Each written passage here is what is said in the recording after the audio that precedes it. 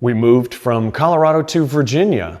That's right, we sold our house, my gigantic shop. Along with it, we bought a new house with a smaller, more modest shop. Follow along as I build this space into the next boardroom. Guess this is my version of a midlife crisis, but at some point a while back, I started to feel like life was out of balance, and buying a sports car or taking on a mistress wasn't gonna fix it. However, the Macho Man sunglasses have helped a little. Although my daughter now calls me the Nacho Man. After talking with my wife, both of us came to the conclusion that we wanted to refocus our lives to better balance work, family, and fun. Some further talking brought us to the conclusion that moving would help us towards that goal. So we packed everything up and moved to Virginia near Roanoke. Midlife crisis? What makes you say that? Why, you ask? All the standard reasons. Denver had had so much development, and some of the big city problems were kind of grinding on us. My wife's commute had grown to like an hour and 30 minutes. So we wanted a smaller town with less congestion. Also, we had the opportunity to sell in a more expensive area and move to a less expensive area, which eased our monthly spending from like Artemis 2 rocket speed down to just like cheetah speed. Days before our move, Denver asked us to get out. I'm told the guy in the white SUV who rear-ended my wife was distracted watching a Mike Farrington video. Lastly, the reason we moved here specifically is to be closer to family. My mom and sister live on this super secret nearby lake. We spent a good chunk of time on it over the past few summers and we fell in love. It's beautiful and it is fun. It's a place we want to spend the next 10 or so summers while the kids are young and try and give them those lasting summertime core memories. So that brings us to the Boardroom 0.20 at a little over 1K square feet. It's a fraction of my last shop, hence the name. Sure, it is a chunk smaller than what I had, but moving here, this shop, this house, etc., will provide me with more freedom, allowing for more interesting projects, hopefully worth filming. Besides, it's not small, it's thin. It's about 40 feet long and 26 and a half or so wide. At this point, I'd like to catch you up on what I've done. So rather than showing how I like demo and reinstall wall paneling, I thought I would share my progress so far, and then also what I plan to do to finish off the space. I'll also share a little bit about the various stuffs that I've installed and why.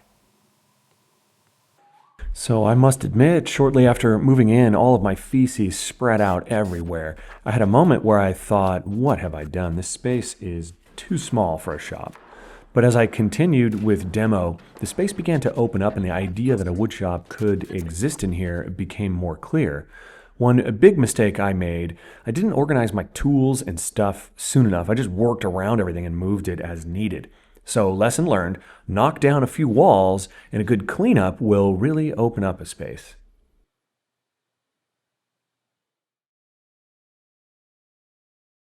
So let's start with tool positioning. I struggled with this like a cat spinning around 10 times in its bed before settling down for a nap. I played that game of like, if this is here, then that's there, and if that's there, then this is here. And I just sort of circled around the shop a couple times. In the end, I started with parking my van and putting the table saw in place where it has good in-feed and out-feed when my van has been pulled out. I also accounted for a potential upgrade to a sliding table saw. I sold my Felder saw when we moved. And one day I think I'd like to get one of their saw shapers, and I have pre-wired for that, and also I've made sure that there's enough space for that in the future.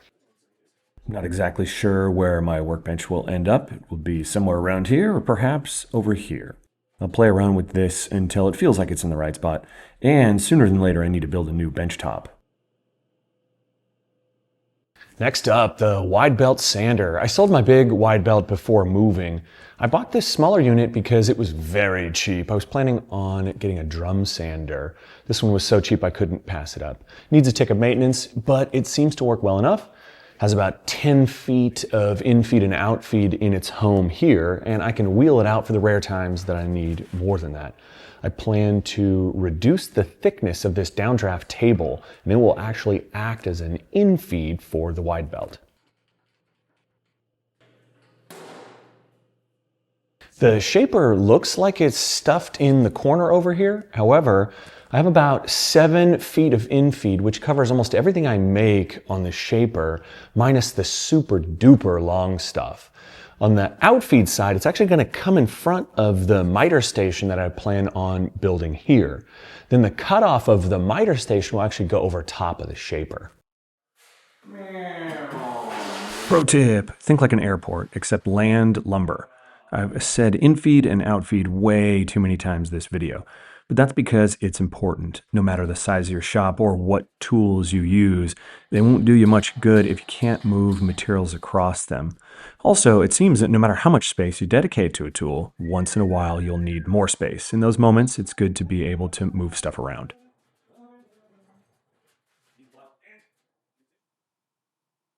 Hey Mom, look! My first nail gun! Look how easy it is to drive nails! Thanks, my first nail gun! I tried to remove as many of the misses as I could.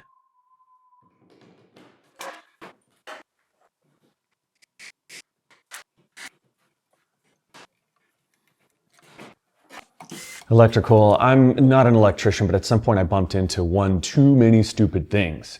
So I decided to pull every wire out of the shop. I demoed the electrical panel and just started anew. I installed a 100 amp service wire, a new panel, all new 120 volt circuits on yellow wire, which is good for 20 amps. Each junction box has 2 different circuits pulled to it.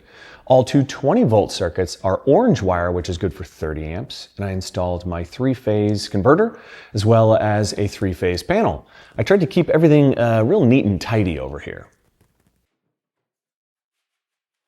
So here's a look at my utility room, I guess. Lower sections for compressed air, more on that later. The center section contains a 3-phase panel here, single-phase panel here, and an on-off switch for the phase converter. Installing my 3-phase converter was the first use I found for my new mini skid steer. Lots of circuitry and wizardry in here. Look at all these sort of fun things. Yeah, that looks like you could really get yourself electrocuted in there, so let's leave that closed. Wow, great explanation, Mike. Now that all of us have a clear understanding of how 3-phase conversion works, it's time to clean up. And of course, this is what happens when you give a creative 6-year-old some number 12 Romex. I went with 3/4 inch plywood on the walls, because I'm hardcore. Cost me a little more, but it makes hanging stuff easy. I must admit, I just lied to you, and I love yous guys too much to lie. If we inspect the label closely, we find our 3/4 inch thick plywood is now 23/32, but it's actually 11/16.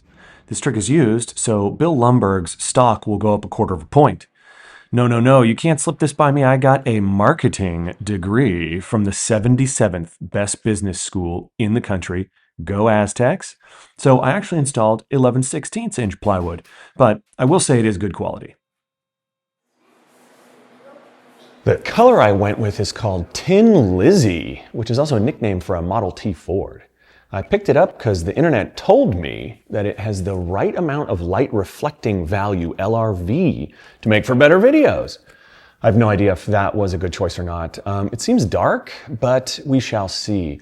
In the time that I have been working in here, I noticed that it does help lessen light bounce, which just means it makes lighting a subject easier.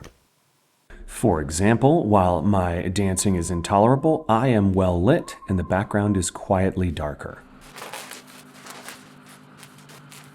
Behind the wall paneling, I used rock wool insulation. Absolutely love this stuff. I love the way that it cuts, and I love the way that it stays in place. And I like that mice don't eat it. It's also fire resistant, so it acts as fire blocking. It can withstand temperatures up to like 2,000 degrees or something crazy. It also holds up against moisture and mold. So what more could you want? Well, a lower price. Sold a few tools ahead of the move to lighten the load. Some are gone, never to be seen again, and some have been replaced. When shopping for a replacement, I'm looking for a blend of 3 things: high capacity, a smaller footprint, and mobility. A prime example of this bandsaw. It nails all 3. Another example, this downdraft table at 28 inches deep, 72 long. It does the same job as that downdraft table at 48 by 72 inches long. So it saves me 20 inches of space. That reminds me I need to sell that one. The wide belt, as mentioned earlier, smaller, but still easy to move. Lastly, this new to me little mini planer, way smaller than my last monster planer, but it still planes beautifully. Check out the restoration of both planers on my channel. Located my air compressor in the basement of the house. Why, you ask? Well, there was a water line from the house to the shop, but I don't want water in the shop. So I installed this new air compressor in the utility area of the house and plumbed it through the old water line. Please don't look too close. I didn't have a great spot to splice into the old PVC, so it turned into this mess. Here's the old water line to the shop, and this is the switch for the air compressor. A fun benefit of having the compressor in the basement is it's not on the electrical panel in the shop, so that helps reduce overhead on the shop's panel. Plus, this is like my little motorcycle shop down here, so I have air when I'm working on my bikes. The real problem is I need to get organized. So I'd like to take a moment to mention that this basement is huge and awesome, but it needs the Farrington touch, so look forward to some basement building content.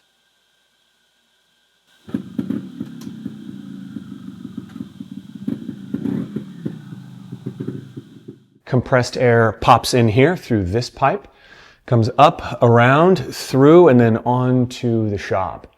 I installed a super high quality air filter desiccant. It's made by Milton. A desiccant is just something that removes moisture from air, making them good for both beef jerky and my wood shop. This thing, while expensive, it uses standard desiccant media, so upkeep over time should be cheap. Works great. I blasted the leftover water in the pipes through it, and it kept the air perfectly dry. So my wide belt, downdraft table, spray finishing, all require clean, dry air. And now living in an area with humid summers, I don't want to risk the insides of my tools looking like these old fittings. These are the remnants of an air system that were installed in the shop when we moved in. I bought a compressed air line pipe, what's it called? System off Amazon. Is it airline or pipe? It was a cheapie, but aside from me drilling a hole in it, it's worked great so far. It was fairly easy to install. I would have preferred to use copper pipe, but I'm not made of gold. I ended up putting 5 drops on the walls as well as 1 above the workbench. Hopefully I've planned well enough.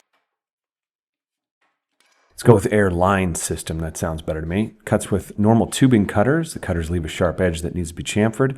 I use a little water as lube when doing this. The connectors have a little plastic stop at the base and then 2 O-rings that end up creating the seal. From there, a compression fitting holds everything together. And this little pinchy guy goes on as well. Certainly don't forget the pinchy guy. I'm in the process of switching to Milton high flow fittings. I don't think that I need the high flow, but since the new ones are purple, it's easy to see which ones I've changed out. If you don't know, there are several styles of pneumatic couplers: industrial, automotive, high flow like these, and universal, just to name a few. Don't worry, I didn't know any of this either. What I think happens to most of us is we get a mix of industrial and universal, which are the most common. And in my experience, the universals never really fit great, and therefore they wear out quickly and begin leaking. Having properly matched fittings makes for a solid connection that, most importantly, doesn't leak. I'm hoping to fit my CNC machine in this space. It has a 5-foot cutting capacity, and there's about 6.5 feet of space from the wall to the bumper of my rad van. It's a bit of a tight squeeze in my opinion. I may try to reduce the cutting width from 5 feet down to 4 feet. If I do that, I think everything fits comfortably. Parking's a little safer as well. I think I can have the cross members machined shorter, and if I can't do that, I'll go ahead and order new ones. Spray finishing will be accomplished in this space here where I park my van. Not exactly sure what it looks like just yet, but I'm thinking some kind of roll-up plastic walls to create a space, and then a vent fan will go under a partially opened garage door. I had this type of setup in a shop years ago and it worked great. I'll probably just repeat something similar here. These are called hyper lights. I went with these because they are adjustable both in brightness and color. They've been great so far. The light they produce is way easier on my eyes than the last lights I had because the covers have that like soft white coating on them. They were not particularly expensive. Will they last? Time will tell. I also installed a bunch of different switches so I can control light better when I'm filming. Conspicuous by its absence, dust collection. Thought I would use this layout before installing the real deal, make sure I like it. In the meantime, I'll use a few mobile setups. When I'm ready, I'm either going to install the dust collector here, or I may build a lean-to shed outside. Not sure just yet. Well, left to figure out. For the winter, I've been using this little electric heater, and it's worked well enough. Summer is fast approaching.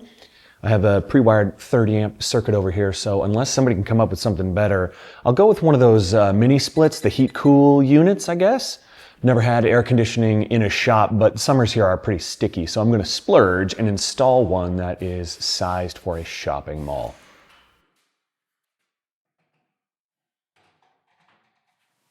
It's definitely smaller, thinner than my last shop. Have to get used to that. However, it is a great size for a one-man woodworking operation. I'm very fortunate to have a shop this nice. It's certainly big enough to house a good set of tools, some storage, and a functional layout. So there you have it, the Boardroom 0.20. I didn't cover everything, but I am planning a few more shop build videos, so stay tuned. Questions, comments, fears, concerns, or suggestions, post them below. This move has been much harder than I thought it would be. Shock, right? Physically, sure, but emotionally, roots had grown deeper than I thought. However, we've had just enough time here to where things are looking up. I'm looking forward to getting back into the shop, making some neat projects, and of course, the best videos in the known universe. In the waning moments of this video, I thought I would say goodbye to Colorado. My mom once told me that wherever your kids are born, that's home. In that way, it will always be home for us. Making a life change like this isn't a black or white choice. It's very much a Tin Lizzy medium gray. In some moments, my heart is very heavy about moving. In others, I see the kiddos settling in and I'm overwhelmed with joy and optimism. Hopefully we grow to love Virginia as much as we did Colorado. One thing is for sure, we had a great time. The memories will be cherished. So thank you, Colorado, and thank you for watching. Till next time.